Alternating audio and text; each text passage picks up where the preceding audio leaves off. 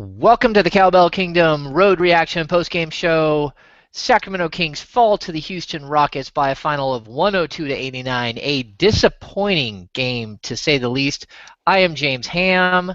Joining me tonight, as always, Mr. Rui Thomas. This was a difficult game to watch. Painful game to watch. Lots of turnovers, sloppy play. Both teams not putting any kind of structure together. Very difficult game to watch. Rui, what are your thoughts? There's that urban myth, I suppose, right, that teams come out with less energy on a back-to-back, and I feel like the Kings fell right into that tonight. Right off the bat, 3 turnovers in the first 3 minutes, which just gives up easy transition baskets for the Rockets. And then the Rockets, got to work. They started chucking threes, making threes, right? They were 5 of 12 at the half. The Kings did, right? They did clamp down in the second quarter. They won that 17-5 run to finish the second, but then they just couldn't convert their baskets, right? We had a lot of guys who didn't shoot very well tonight, like Ben McLemore, who made his first 3 and then finished the half 2 for 8, finished I believe 5 for 17 or 6 for 17. Yeah. Then we also had Jason Thompson shoot 3 for 9. Sessions, right? He was all over the place. So we didn't really see anyone besides Caspi, right, step up tonight, and I think that did cost Kings. Yeah, let's get to Ramon Sessions. Honestly, Ramon Sessions has been given plenty of opportunities now. We're 15 games into the season. The Kings are 9-6, and I would say that there's probably 2 or 3 wins now that you look at and you say, my goodness, if only the Kings had someone other than Ramon Sessions, they wouldn't have lost this game. Sessions just could not hold on to the ball. And when he does hold on to the ball, it's like the strangest thing. Why is he picking up his dribble all the time? I don't get what he's doing at all. He seems so incredibly lost. And it's lost as a basketball player, not just lost on this team, in a funk, all of those things that people are saying. This was an abysmal performance. I know the plus minus for him was like he was +5 at one time and Ray McCallum was a -11. It was just a complete joke. The only reason that he wasn't like a -20 was because he's playing alongside DeMarcus Cousins, who is just, again, a beast. Cousins turns the ball over seven times tonight, but Sessions finishes, 8 points, 3 assists, 5 turnovers, filling in for Darren Collison. This was a disaster. This was a complete disaster. Not only did he fail miserably on the offensive end, but this guy is a sieve on the defensive end. He let Isaiah Cannon go off for 24 points, 4 assists, 6 rebounds. He shoots 9 of 16 from the field, 6 of 10 from behind the arc. Sessions didn't even try. I mean, at some point, you got to make a move and make it a permanent move, because this guy right now is so far out of the picture with the Sacramento Kings that I don't even know how you bring him back in. I mean, at some point you got to go to Ray McCallum as the backup, maybe even as a starter while Darren Collison is hurt. But I'm kind of, this is a time where Sacramento Kings fans should be tired of this act, because it's gotten really tired and old. Really? Oh yeah. Sessions, he was a big reason why they started off so slowly in the first half as well, right? He only had 1 assist the entire half and 3 turnovers. When his shot isn't falling, there isn't much to rely on, right? Because he is a revolving door on defense. He couldn't, for some reason, he just allowed Cannon to just keep taking wide open threes, which he converted, right, and didn't learn from his lesson. So I feel like Malone, right, he's just going with the trusted veteran hand right now, but it does seem like Sessions is not comfortable with like the spacing, or at least familiar with his teammates, right? I'm seeing a little Aaron Brooks redux as far as his ineffectiveness goes with the Kings, but you have to look at Ray McCallum too, right? The alternative. He didn't play so well tonight either. He only, in 13 minutes, he only took 1 shot and missed it, and he did have 2 assists, 1 turnover, but far cry from his performance yesterday when he scored 12 points and had 6 points in the fourth quarter playing lockdown defense. I think McCallum struggled, and maybe that's why Malone stuck with Sessions. But as soon as they brought Sessions back in the fourth quarter, I mean, I just threw my hands up like, well, we're going to watch this game go down the tubes. Because, I mean, that's what he'd brought all game long. And for the most part, that's what he's brought all season long. Look, a couple of Kings didn't have good nights. It's not just on Sessions. Again, Cousins will point out he does drop in 7 turnovers. He really forced the action quite a few times. Again, 5 fouls. But when a guy has 29 points, 6 assists, 17 rebounds, notches his 8th straight double-double, his 12th in 15 games, you're going to live with 7 turnovers every once in a while. I mean, it is what it is. You kind of have to look at it and say, hey, there's some mistakes that we can deal with here. Now, I'll point this out too. The Kings really got off to a fast start on the free throw line. They weren't the aggressor early. Clearly, Houston was the aggressor, but then they sort of started to get their legs underneath them, and they started to force the action, and Houston just kept fouling and fouling and fouling. The Kings end up 22 of 28 from the free throw stripe, but I don't have the numbers in front of me. I guarantee you this, that in the first half, the majority of those free throws were taken. And that's something that I think the Kings got away from, being aggressive. Again, Omri Caspi finishes with 14 points on 5 of 9 shooting, 7 rebounds. He could have had a whole lot more field goal attempts if he was pushing the ball, if he was being aggressive like he was in the first half. So I think this was kind of one of those games where it got off to a funky start. The Kings were down by as many as 22. They fought to get back in it, but they just couldn't piece it together.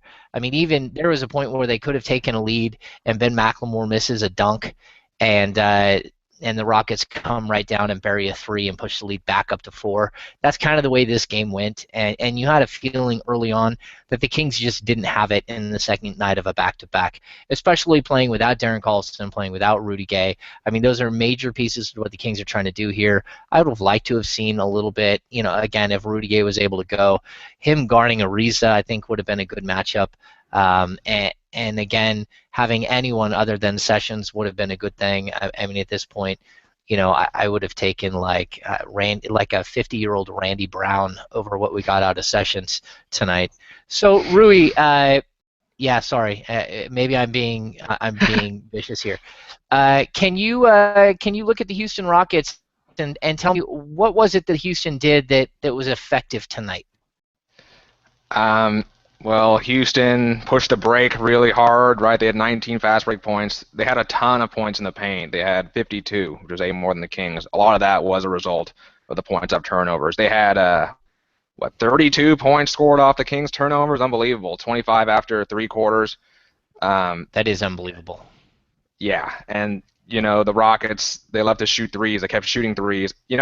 When you hear that James Harden, or when the Rockets are playing without Dwight Howard and Patrick Beverley and Terrence Jones, and James Harden shoots 10 for 31, you would assume that the other team wins. But, the Kings just literally just gave this game away as a result of their turnovers. And then we saw, with those guys out, we saw people like Donatas Montiunas, right, who just manhandled Thompson tonight with all his post moves. Scores 21, which was a career high, 10 of 15 shooting. And then we saw, Isaiah Cannon go off, right, as a result of Sessions' bad defense. So, the Rockets just seem to have some better depth than the Kings do at this point. Yeah, I think if I'm going to point to one thing that the Rockets did right is they had 26 assists and 4 turnovers. I mean, the Kings had how many players that had more than 4 turnovers by themselves? I know the tally is at least 2. It is 2. 5 for Sessions, 7 for Cousins. The Montiunas thing was kind of interesting, wasn't it?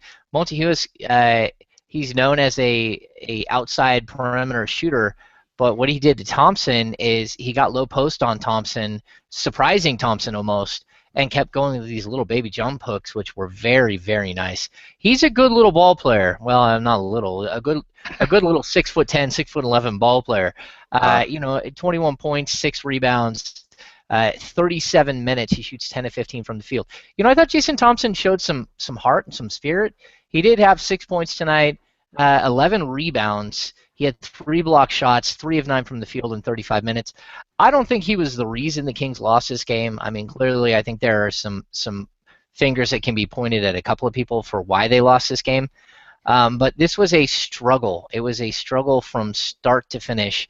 And, you just kind of have to realize that every once in a while the Kings are going to have a game like this because they are a new team. They're a team that hasn't been together very long, and on top of that, they're missing a couple of big time players. Let's go to our three keys to the game tonight, Rui. You seem to know exactly what's going to happen in these games, and I think I'm going to have to come up with some sort of you're the great Ruidini or something. You have some sort of crystal ball. Houston has a problem. They're ravaged with injuries. The Kings are shorthanded as well. I think the injuries played more into what the Kings had problems with than the Houston Rockets tonight. But it doesn't help when we don't get to see the true matchup, right? The Dwight Howard versus DeMarcus Cousins matchup, which almost always goes DeMarcus Cousins' way anyways because Howard is sitting on the bench in foul trouble. But still, this was a game of two teams that were totally battered. I think the one thing that makes this game different for Sacramento is they're playing second game of a back-to-back. What are your thoughts, Mr. Thomas?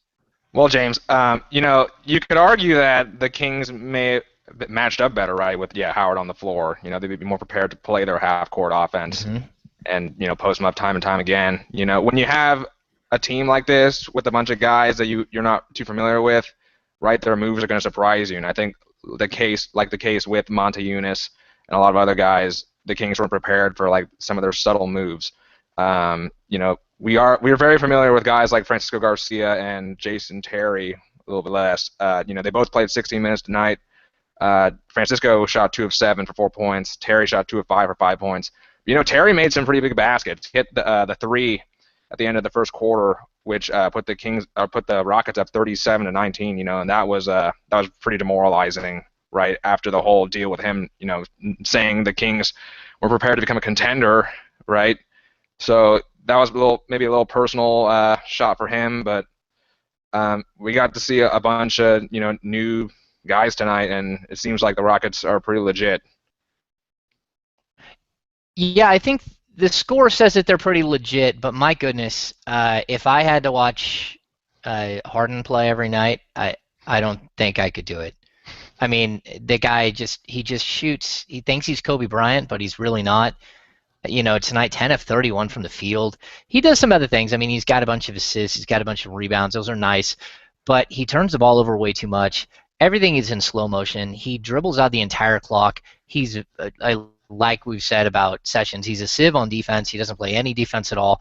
I think the Rockets, while they are, off to a quick start, they're 12-3 to start the season. I think they have the fake superstars or guys that are they're known as superstars, but I mean, I don't really consider them superstars. They're guys that are almost unwatchable at certain times. Howard is the guy that you can't even have on the floor most of the fourth quarter because the other team will just hack him and send him to the line where he'll just miss all of his shots.